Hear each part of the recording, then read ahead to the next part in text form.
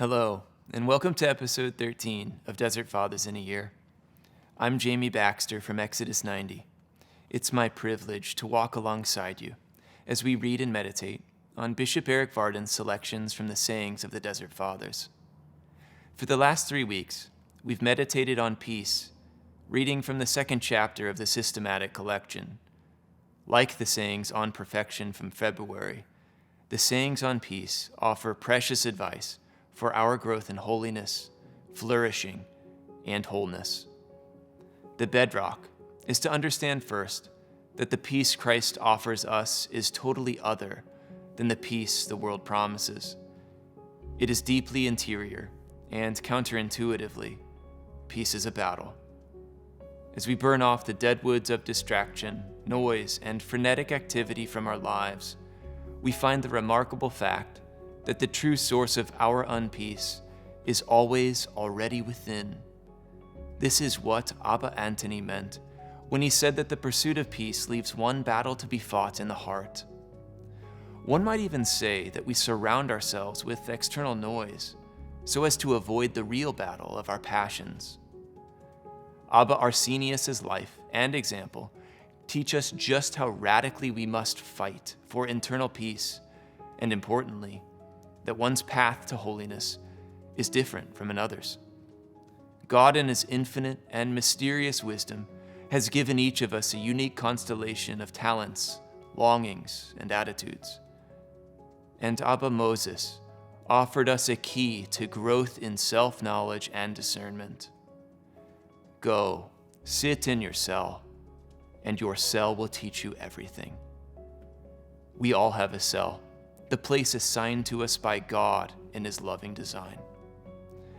As with perfection, so with peace, they require our pursuit and effort.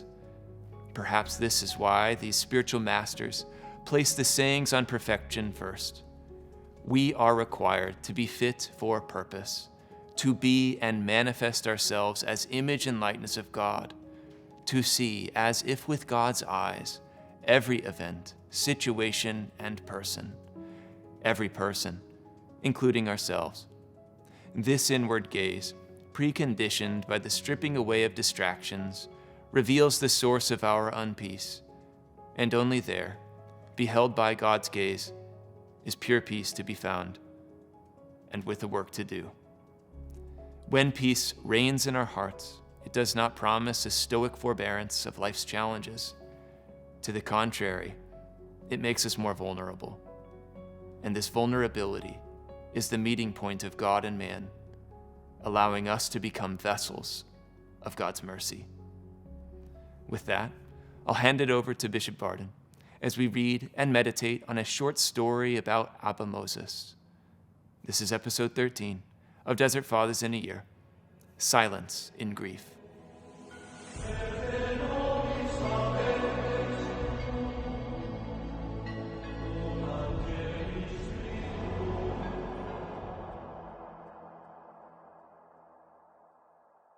Another day, when a council was being held in Scetis, the fathers treated Moses with contempt in order to test him, saying, "Why does this black man come among us?" When he heard this, he kept silence. When the council was dismissed, they said to him, "Abba, did that not grieve you at all?" He said to them, "I was grieved, but I kept silence." Abba Moses' black skin is often referred to in the stories told about him. Of course, racial prejudice has a long, long history. It conditioned relationships in the 4th century as it does in ours. We must be wary, though, of reading ancient narratives with modern spectacles. This little story probes beyond questions of ethnicity. It speaks of negotiating hurt, of living with vulnerability. And therefore, I dare say, it has relevance for all of us. The setting is a council in Scetis, something like a republic of monastic desert dwellers in northern Egypt. The assembled fathers resolved to treat Abba Moses with contempt in order to test him. In the Gospels, you remember, we find people testing Jesus to trip him up. In biblical terms, a test isn't always a trap, however.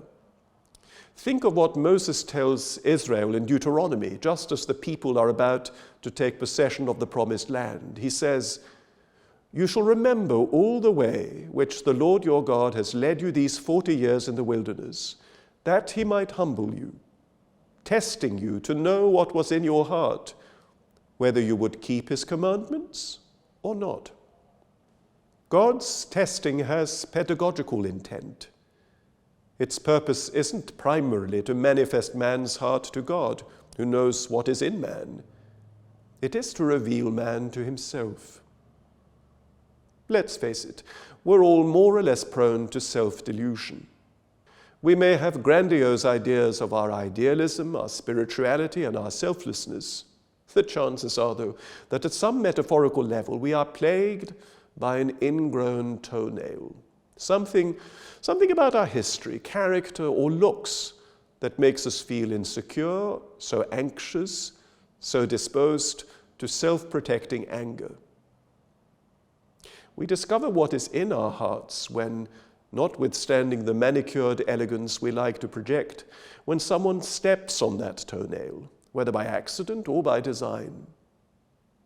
Such discovery is pretty unpleasant, but can be very useful. For it is ill to ride some high horse of principle if in fact my chief concern is to hide some intimate complex. My outward position then will be shaped to some extent by inward fear, and fear, being an insidious impulse, will be likely to sway my judgment.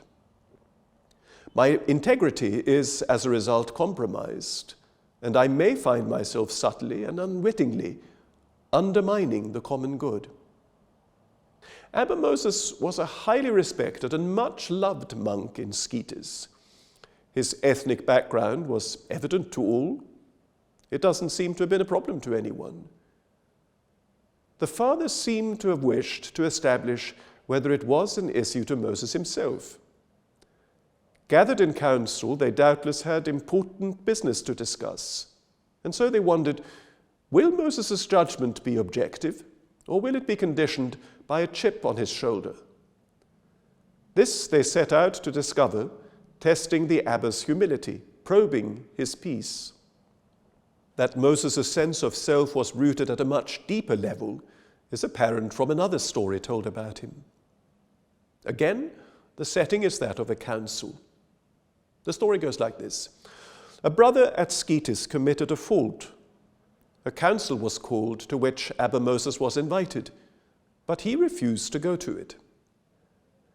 Then the priest sent someone to say to him, "Come, for everyone is waiting for you." So Abba Moses got up and went. He took a leaking jug, filled it with water, and carried it with him. The others came out to meet him and said to him, "What is this, Father?" The old man said to them, "My sins run out behind me, and I do not see them, and today I'm coming to judge the errors of another." When they heard that, they said no more to the brother, but forgave him.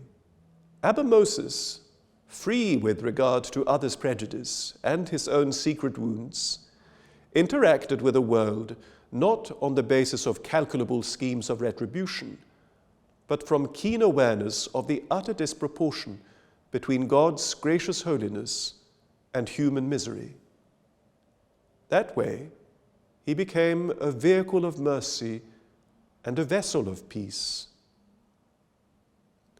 We're called to step outside our own shadow into the bright light of mercy. It may burn at first, but then it liberates, delivering us from imprisonment in the dark, dank dungeon of self. The fathers treated Moses with contempt in order to test him, saying, "Why does this black man come among us?" When he heard this, he kept silence. When the council was dismissed, they said to him, "Abba, did that not grieve you at all?" He said to them, "I was grieved, but I kept silence." The promise of peace is not that we cannot be harmed or hurt, but an interior freedom to bear insult and injury as Christ did, to lay down our defenses and acknowledge our suffering in the disarming and resounding response of silence. Thank you so much for joining us for this week's episode. Please visit desertfathers.com to subscribe to our email newsletter. That's desertfathers.com. Desert Fathers in a Year is brought to you by Exodus 90, produced by EWTN, and written by Bishop Erik Varden. Men, download the Exodus 90 app today to join our Lent challenge. By his passion and death for us on the cross, Christ leads the ultimate exodus for all God's people out from the reign of sin and death.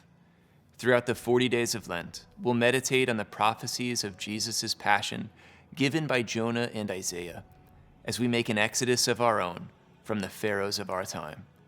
Download the Exodus 90 app or visit exodus90.com to learn more. Saint Moses the Black, pray for us.